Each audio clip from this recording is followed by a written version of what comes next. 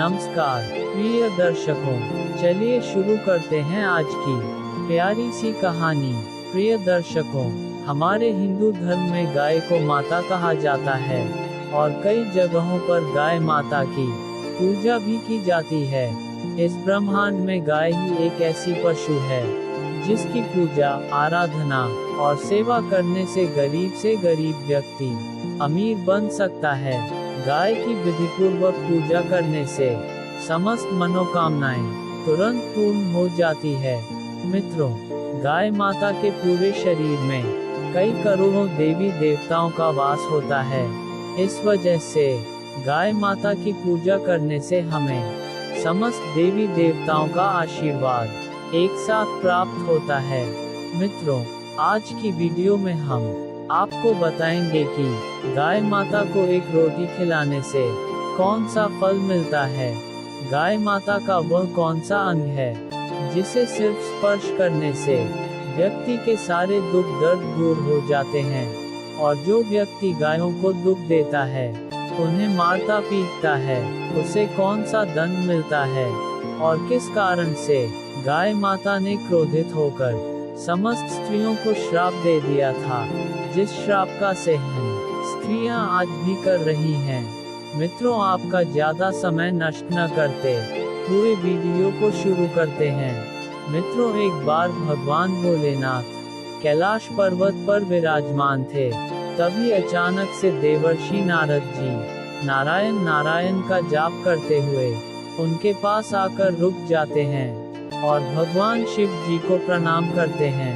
तब भगवान शिव देवर्षि नारद जी से कहते हैं, कहीं ये नारद जी आप किस प्रयोजन से यूं अचानक ही पधारे हैं। तब देवर्षि नारद जी कहते हैं, हे जगत के कर्ता धर्ता, आप तो त्रिकालदर्शी है। आपको तो मेरे आने का उद्देश्य पता ही है कि मैं आपके पास क्यों आया हूँ, लेकिन आप फिर भी ये प्रश्न कर रहे हैं। तब भगवान भोलेनाथ कहते हैं, हे देवर्षि नारद जी, हम आपकी दुविधा को समझते हैं। आप बिल्कुल निश्चिंत होकर हमसे अपने प्रश्नों को पूछें। हम आपको आपके प्रश्नों का उत्तर अवश्य देंगे। तब देवर्षि नारद जी कहते हैं, हे प्रभु, आज मैंने पृथ्वी लोक का भ्रमण करते हुए देखा कि कुछ लोग गौ माताओं की पूजा कर रहे थे, उन्हें रोटियां खिला रहे थे, उनकी सेवा कर रहे थे। मित्रों, नारद जी कहते हैं, हे प्रभु, मैं गाय को रोटी खिलाने का महत्व जानना चाहता हूँ, और जो व्यक्ति गायों की सेवा करता है, उनकी पूजा करता है, उन्हें कौन सा फल मिलता है। हे प्रभु, गाय का वह कौन सा अंग है जिसे सिर्फ स्पर्श करने से सभी दुख दर्द दूर हो जाते हैं। मित्रों, देवर्षि नारद जी आगे कहते हैं, वहीं दूसरी तरफ मैंने देखा कि कुछ लोग गाय माताओं पर अत्याचार कर रहे थे। हे प्रभु, मनुष्य इन बेजुबान जानवरों पर, गाय माताओं पर ऐसा अत्याचार क्यों करते हैं। उन्हें ऐसा करने पर कौन सा दंड मिलता है, और वह कौन सा ऐसा श्राप था जो गाय माता ने समस्त स्त्रियों को दिया था, जिसे कल युग की समस्त स्त्रियां भोग रही है। मेरी यह जानने की तीव्र इच्छा हो रही है। तब भगवान शिव जी मुस्कुराते हुए देवर्षि नारद जी से कहते हैं, नारायण भक्त नारद जी, आपके ये सभी प्रश्न बहुत ही महत्वपूर्ण है, और आपने इन सभी प्रश्नों को पूछकर पूरे ब्रह्मांड का उद्धार कर दिया है। लेकिन मैं आपको आपके इन प्रश्नों का उत्तर देने से पहले आपको एक अत्यंत ज्ञानवर्धक कहानी सुनाना चाहता हूँ। मित्रों, भगवान शिव जी कहते हैं, हे देवर्षि नारद जी, किसी समय की बात है, अवंतीपुरा नामक नगर में गोपेश नाम का एक धनवान सेठ रहता था। वह प्रतिदिन ईश्वर की पूजा आराधना करता था। उसके जीवन में कोई दुख दर्द नहीं था। वह सुखपूर्वक से अपने जीवन का निर्वाहन कर रहा था। लेकिन कहते हैं ना कि बिना सुख और दुख का मनुष्य बिना जल के मछली के समान होता है। इसलिए मनुष्यों के जीवन में सुख के साथ दुख का आगमन होना ही चाहिए। उस सेठ के साथ भी ऐसा ही कुछ हुआ था। उसके जीवन में सिर्फ एक ही दुख था कि उसको अभी तक संतान प्राप्ति का सुख नहीं मिला था। इस वजह से वह बहुत ही दुखी रहता था। उसने अपनी पत्नी को पता नहीं कितने वैद्यों और हकीमों को दिखा दिया था, लेकिन उसे संतान की प्राप्ति नहीं हो रही थी। एक दिन गोपेश अपने किसी कार्य से किसी नगर की तरफ जा रहा था। तब उसने देखा कि एक तपस्वी महात्मा जी अपनी साधना में लीन है। तब वह गोपेश महात्मा जी के पास रुक जाता है। कुछ देर ऐसे ही बैठने के बाद वे तपस्वी महात्मा जी अपनी आंखें खोलते हैं, तो वह गोपेश नाम का सेठ उन महात्मा जी से कहता है, हे विप्र, मैं अपने जीवन से बहुत ही परेशान हूँ, कृपया आप मुझे इस कष्ट से निजात दिलाए। तब वे महात्मा जी उस गोपेश नाम के सेठ से कहते हैं, हे मानव, तुझे किस बात का कष्ट है? तू तो बहुत ही धनवान लग रहा है, लगता नहीं है कि तुझे कोई कष्ट भी होगा। फिर वह गोपेश नाम का सेठ बड़े ही दुखी भाव से कहता है, हे त्रिकालदर्शी, मेरे जीवन में केवल एक ही दुख है, और वह ये है कि मेरे विवाह को कई वर्ष हो चुके हैं, लेकिन अभी तक मुझे संतान की प्राप्ति नहीं हुई है। विप्र, कृपया आप मुझे ये बताने का कष्ट करें कि मुझे संतान की प्राप्ति क्यों नहीं हो रही है, और आप कृपया करके मुझे संतान प्राप्ति का उपाय भी बताएं, जिसे करने के बाद मुझे संतान का सुख मिल सके। तब वे महात्मा जी अपनी अंतर मन की शक्ति से उस गोपेश नाम के सेठ के जीवन में घटित सभी घटनाओं को देख लेते हैं और क्रोध में उस सेठ से कहते हैं, अरे मूर्ख मानव, तूने एक घोर पाप किया है, और वह ये है कि क्या तुझे याद है, जब तू किसी नगर को जा रहा था, तब एक वृक्ष के पास एक गाय अपने बछड़े के पास भूख प्यास से तड़प रही थी। तब तू न तो उस गाय को भोजन करवाया और ना ही तूने उस गाय को प्रणाम किया था। उस गाय ने तुझे सहायता भी मांगी थी, लेकिन तूने उस दिन सगाई माता की पुकार को सुनकर भी नजरअंदाज कर दिया था, और तेरी इसी उद्दंडता को देखकर उस गाय ने तुझे संतान न होने का श्राप दे दिया था। हे मानव, जो भी व्यक्ति गाय माताओं को कष्ट में देखकर उनकी सहायता नहीं करता है, उस व्यक्ति को घोर पाप लगता है। मित्रों, भगवान शिव जी देवर्षि नारद जी से कहते हैं, हे देवर्षि नारद जी, इस प्रकार से उन महात्मा जी ने उस गोपेश नाम के सेठ को उसके पापों के बारे में बता दिया। तब वह सेठ रोते हुए कहता है, हे राम, मुझसे इतना बड़ा पाप कैसे हो गया? मुझे अपने आप से घृणा हो रही है। मेरी वजह से एक गाय और उसके बछड़े को दुख सहना पड़ा। फिर वह गोपेश नाम का सेठ उन महात्मा जी से कहता है, हे गुरुदेव, मैं अपने इस पाप को सुधारना चाहता हूँ। मैं जानता हूँ कि मेरा अपराध क्षमा योग्य नहीं है, लेकिन फिर भी मैं अपनी इस उद्दंडता का प्रायश्चित करना चाहता हूँ। कृपया करके आप मुझे इसका कोई उपाय बताएं, जिससे करने के बाद मुझे मेरे पापों से मुक्ति मिल सके। फिर वह महात्मा जी उस गोपेश नाम के सेठ से कहते हैं, हे मनुष्य, तुम दुखी मत हो। इसका उपाय यह है कि तुम मेरे आश्रम के समीप रहने वाली कालिंदी नाम की गाय की सेवा करो, उसकी पूजा आराधना करो, वह तुमको अवश्य ही पुत्र का आशीर्वाद देंगी। फिर वे महात्मा जी उस गोपेश नाम के सेठ को एक मंत्र जाप करने के लिए कहते हैं, और कहते हैं कि तुमको इस मंत्र का जाप करना है। अगर पहली ही बार मंत्र का जाप करने से वह कालिंदी नाम की गाय तुम्हारे पास आ जाती है, तो तुम्हें पुत्र की प्राप्ति अवश्य होगी। और अगर वह गाय किसी वजह से तुम्हारे पास नहीं आती है, तो जरूर तुझसे पृथ्वी की सारी गाय माताएं रुष्ट हो गई है। तब वह सेठ उस मंत्र का जाप करने लगता है। उसके पहली बार ही मंत्र का जाप करते ही वह कालिंदी नाम की गाय उस आश्रम में उस गोपेश नाम के सेठ के पास आने लगती है। उस गाय को आता देखकर महात्मा जी बोले, हे धनेश तू देख, तेरे केवल एक बार ही मंत्र का जाप करने से ये कालिंदी नाम की गाय स्वयं चलकर तुम्हारे पास आ रही है। तू बहुत ही भाग्यशाली है। गाय निश्चित ही तेरे सभी दुखों को दूर कर देगी। तू इस कालिंदी नाम की गाय को वन में चरा कर इसकी सेवा करना। जंगल में रहने वाले हिंसक पशुओं से इसकी रक्षा करना और अपनी पत्नी से भी कह देना कि वह भी इस कालिंदी नाम की गाय की सेवा करें, इसकी पूजा आराधना करें, जिससे प्रसन्न होकर यह गाय उसे पुत्र प्राप्ति का आशीर्वाद दे। तब सेठ कालिंद नाम की गाय को लेकर अपने घर पहुंचता है और अपनी पत्नी से कहता है, हे भाग्यवान, हमें संतान के लिए इस कालिंदी नाम की गाय की सेवा करनी है।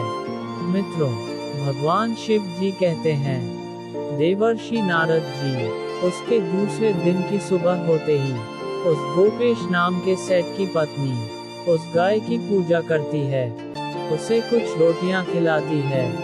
फिर वह सेठ उस गाय को चराने के लिए वन में लेकर चला जाता है और वह सेठ भी उसके साथ बैठ जाता है और विश्राम करने लगता है।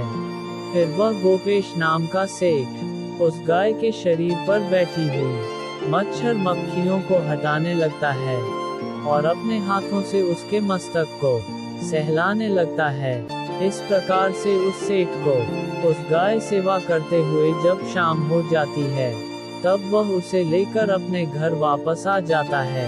घर पहुंचकर जब वह गाय अपने खूर से धूल उड़ती है, तो गोपेश का शरीर पवित्र हो जाता है और उसके सभी पाप नष्ट हो जाते हैं। फिर गोपेश की पत्नी उसकी विधिपूर्वक पूजा आराधना करती है और उसके चरणों में कई बार मस्तक झुकती है। फिर उस कालिंदी नाम की गाय की प्रदक्षिणा करती है और हाथ जोड़कर वह उसके आगे खड़ी हो जाती है। फिर वह गाय उस गोपेश नाम के सेठ की पत्नी की पूजा को स्वीकार कर लेती है और गोपेश की पत्नी पर अपनी दृष्टि डालकर उसके सभी दोष समाप्त कर देती है। गाय की दृष्टि पड़ते ही उस सेठ की पत्नी पवित्र हो जाती है। इस प्रकार से उस गोपेश नाम के सेठ को उस कालिंदी नाम की गाय की सेवा करते हुए 28 दिन बीत जाते हैं। फिर 29 दिन जब गोपेश उस गाय को लेकर वन में चला जाता है और उस वन में पहुंचकर वह गाय वन के बीच में चली जाती है, जहां पर कई सारे पेड़ पौधे झाड़ियां और बड़ी बड़ी घास थी। वह गाय एक झाड़ी के पीछे छिपकर घास चरने लगती है। इतने में ही एक शेर पीछे से आकर उस कालिंदी नाम की गाय को बलपूर्वक दबोच लेता है। गोपेश को शेर के आने की आहट तक नहीं होती है।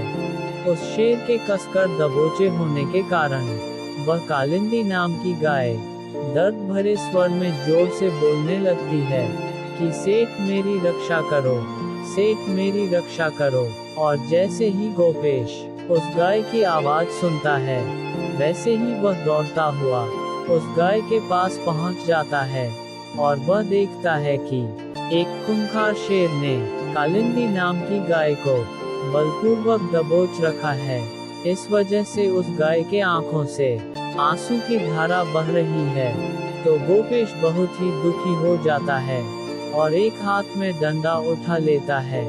मित्रों, भगवान शिव जी कहते हैं, देवर्षि नारद जी जब गोपेश डंडा उठाता है, उस समय वह उस शेर की तरफ नहीं देख रहा होता है, लेकिन उसी समय जब वह उस शेर की तरफ देखता है, तो उस शेर की दृष्टि पड़ते ही गोपेश का शरीर कांपने लगता है, उसकी सारी शक्ति क्षीण हो जाती है।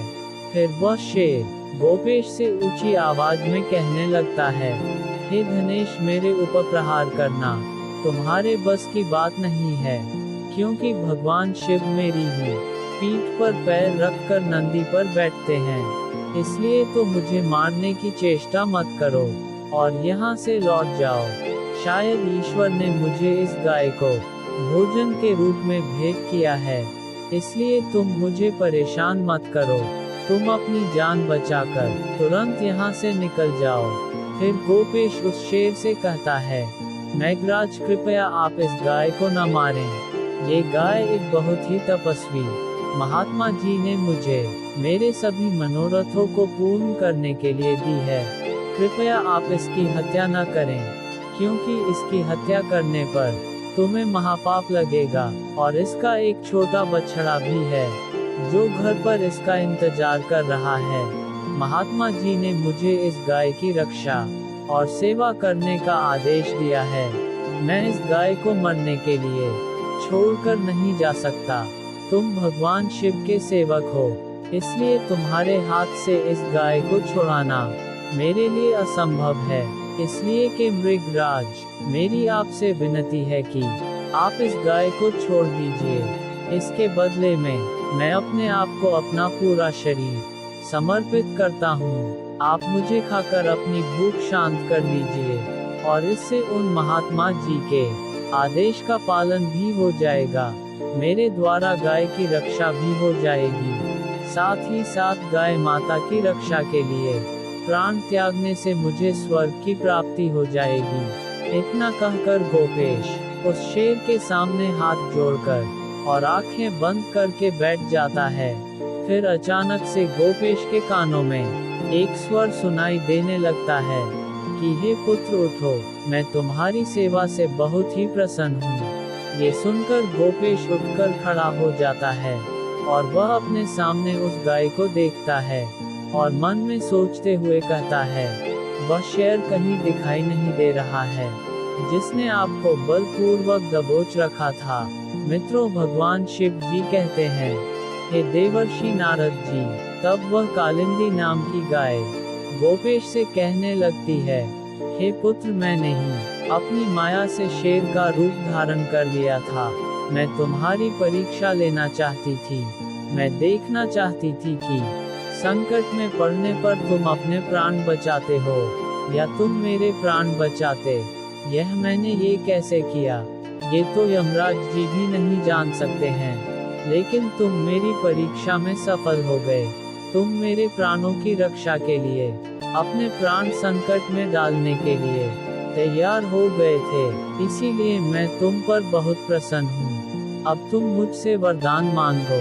तुम्हें कौन सा वरदान चाहिए, वह कहो, मैं अवश्य ही तुम्हारी मनोकामना को पूर्ण करूंगी। वह गोपेश नाम का सेठ कहता है, हे गौमाता, मेरी केवल एक मनोकामना यह है कि कृपया आप मुझे संतान प्राप्ति का सुख प्रदान कीजिए। फिर कालिंदी नाम की गाय माता ने कहा, हे पुत्र, तुम एक पत्ते के दोने में मेरा दूध लेकर अपनी पत्नी के साथ दूध पान करो। इससे तुम्हें धर्म का पालन करने वाली संतान की प्राप्ति होगी। वह गोपेश नाम का सेठ कहने लगा, हे गौमाता, मैं आपके मधुर वचनों को सुनकर बहुत ही मुग्ध हो चुका हूँ। अब आप मेरे साथ मेरे घर चलिए। मैं आपकी पूजा करके आपको भोजन करता हूँ और सभी प्रकार के अनुष्ठानों को पूरा करके आपके अमृत समान दूध का पान करता हूँ। उसके बाद वह गोपेश नाम का सेठ उस गाय को अपने साथ लेकर अपने घर चला जाता है। घर पहुंचने पर उस सेठ की पत्नी आगे आकर उस गाय की पूजा पाठ करने लगती है। तब गाय ने गोपेश की पत्नी से कहा, हे पुत्री, तुम मेरी पीठ को स्पर्श करो। इससे तुमको अत्यंत गुणवान, धर्म का पालन करने वाली संतान की प्राप्ति होगी। फिर उस सेठ की पत्नी ने गाय की पीठ को स्पर्श किया। गोपेश और उसकी पत्नी उस गाय की विधि पूर्वक पूजा आराधना करती है और उस गाय माता के अमृत के समान दूध को प्रसाद समझकर ग्रहण करती है। फिर वे दोनों उन महात्मा जी के पास पहुंच जाते हैं।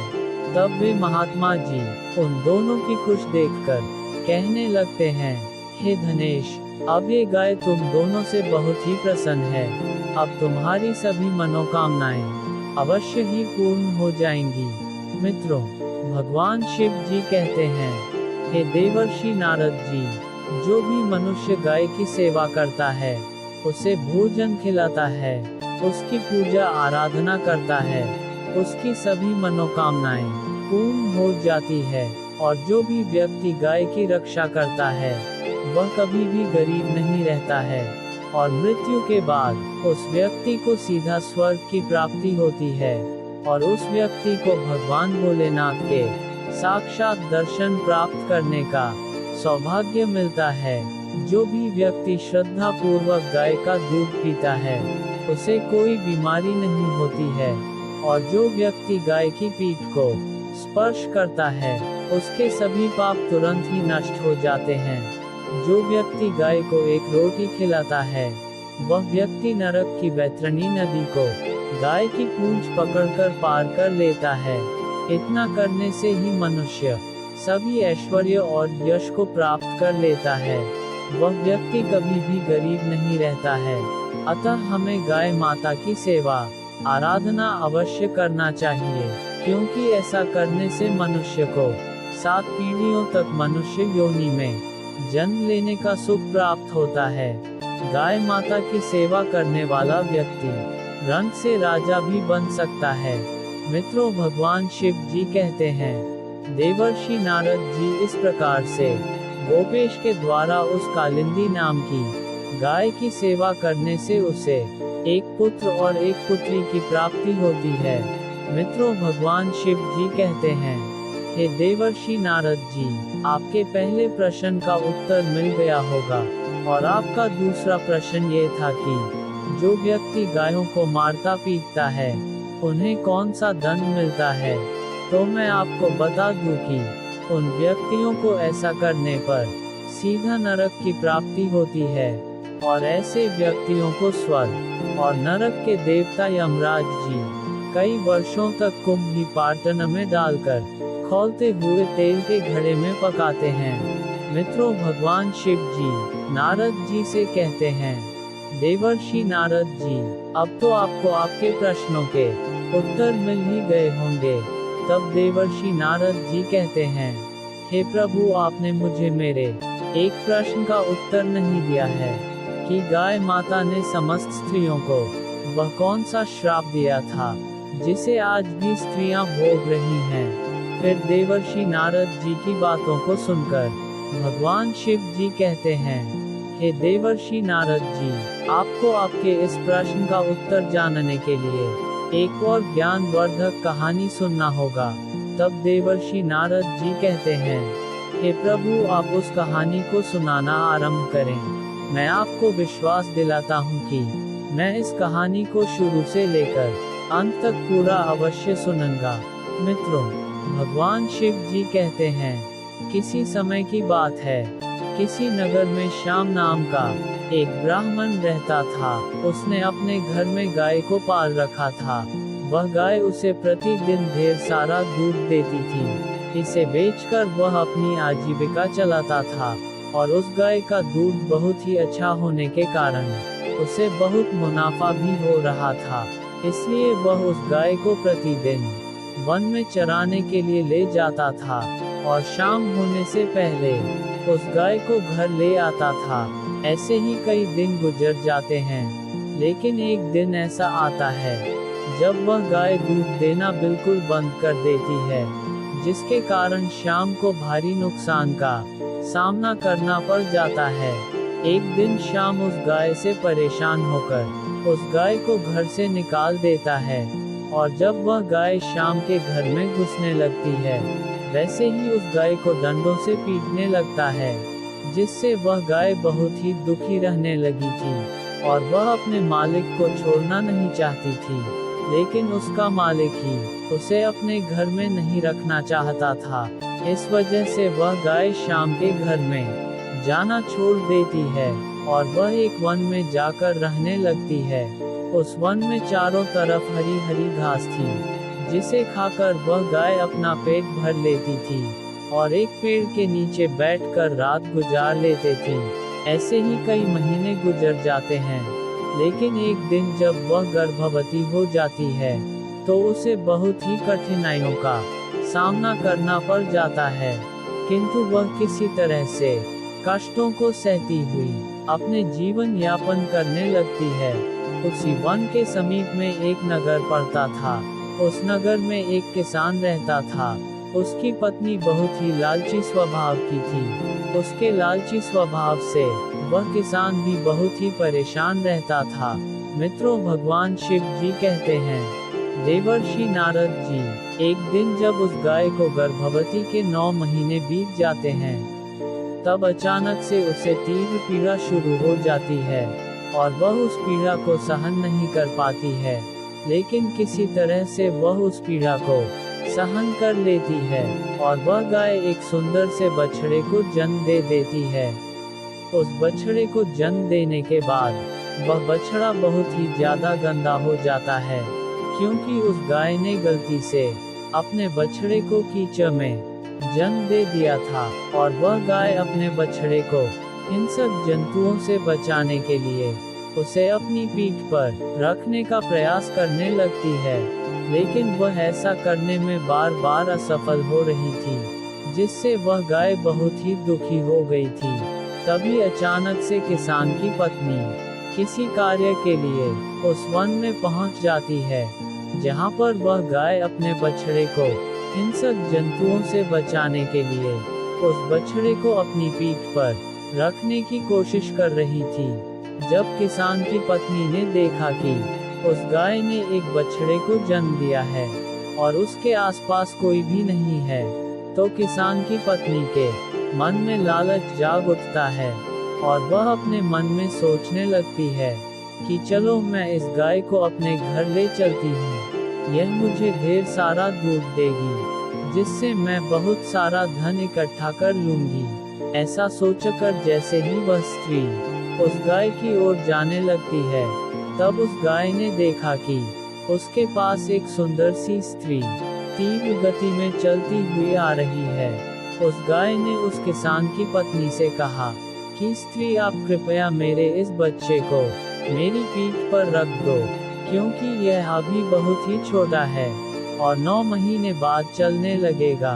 उस गाय को ये पता नहीं था कि उसका बच्चा जन्म लेने के बाद चलने लगता है, और उस समय मनुष्य के बच्चे भी पैदा होते ही चलने लगते थे। उस गाय को ये बिल्कुल भी पता नहीं था। उस गाय की बातों को सुनकर किसान की पत्नी को हंसी आ जाती है और वह हंसते हुए उस गाय से बोली, अरे मैं तुम्हारे बच्चे को तुम्हारी पीठ पर क्यों रखूं? तुम्हारे इस बच्चे को देखो तो, ये कितना गंदा हो गया है। इसके ऊपर बहुत मिट्टी भी लगी हुई है। अगर मैं इसे तुम्हारे पीठ पर रखूंगी तो मेरी साड़ी गंदी हो जाएगी। तभी क्रोध में आकर उस गाय ने किसान की पत्नी को श्राप देते हुए कहा कि हे मूर्ख स्त्री, तू मेरे बच्चे को मेरी पीठ पर रखने में हिचकिचा रही है और तू मेरे बच्चे को गंदा कह रही है। जा, मैं आज से समस्त स्त्रियों को ये श्राप देती हूँ कि अब मनुष्य के बच्चे भी मेरे बच्चे के ही तरह पूरे 9 महीने बाद चलेंगे, और जितने भी पशु पक्षी हैं उनके बच्चे पैदा होते ही चलने लगेंगे। मित्रों, भगवान शिव जी कहते हैं, हे देवर्षि नारद जी, इस प्रकार से गाय माता के श्राप को कलयुग की स्त्रियों को भी भोगना पड़ रहा है। ऐसा पहले नहीं था। पहले मनुष्यों के बच्चे पैदा होते ही चलने लगते थे। सतयुग में सुखदेव पैदा होने के तुरंत बाद ही अपने पैरों पर चलने लगे थे, और वेद व्यास भी जन्म लेने के तुरंत बाद अपने पैरों पर चलने लगे थे। ये बात तो सतयुग की थी, लेकिन कलयुग में ऐसा कुछ भी नहीं है। कलयुग में मनुष्यों के बच्चों को अपने पैरों पर चलने के लिए कम से कम 9-10 महीने लग जाते हैं। इसका कारण यह है कि गाय माता ने क्रोध में आकर समस्त स्त्री जाति को एक भयानक श्राप दे दिया था। उस दिन से समस्त स्त्रियों के बच्चे पैदा होते ही अपने पैरों पर चलने की प्रक्रिया वहीं पर रुक गई थी, और गाय माता के श्राप के कारण कलयुग में स्त्रियों के बच्चे 9-10 महीने के बाद ही अपने पैरों पर खड़े हो पाते हैं, और गायों के बच्चे उसी दिन से पैदा होते ही अपने पैरों पर चलने लगते हैं। इसलिए किसी की आत्मा को ठेस नहीं पहुंचाना चाहिए, दूसरों के दुख में दुखी हो जाना चाहिए और दूसरों के काम में आना चाहिए और साथ ही पशु पक्षियों की सहायता करनी चाहिए। एक स्त्री की गलती की वजह से कलयुग की समस्त स्त्रियों को गाय माता के श्राप का फल भोगना पड़ रहा है। मित्रों, भगवान शिव जी कहते हैं, हे देवर्षि नारद जी, अब तो आपको आपके सभी प्रश्नों के उत्तर मिल ही गए होंगे। तब देवर्षि नारद जी कहते हैं कि हे प्रभु, अब मुझे मेरे सभी प्रश्नों के उत्तर मिल गए हैं और आपने मुझे बहुत ही महत्वपूर्ण ज्ञान दिया है। मैं आपको विश्वास दिलाता हूँ कि मैं इस ज्ञान का विस्तार पूरे देवलोक में अवश्य करूँगा। मित्रों, अगर आप सभी लोगों को ये कहानी पसंद आई हो तो इस वीडियो को एक लाइक अवश्य करें और अगर आप सभी लोगों ने अभी तक हमारे चैनल को सब्सक्राइब नहीं किया है तो ऐसी ही ज्ञानवर्धक कहानियाँ सुनने के लिए हमारे चैनल को भी सब्सक्राइब करें और कमेंट बॉक्स में हर हर महादेव लिखना न भूलें। धन्यवाद।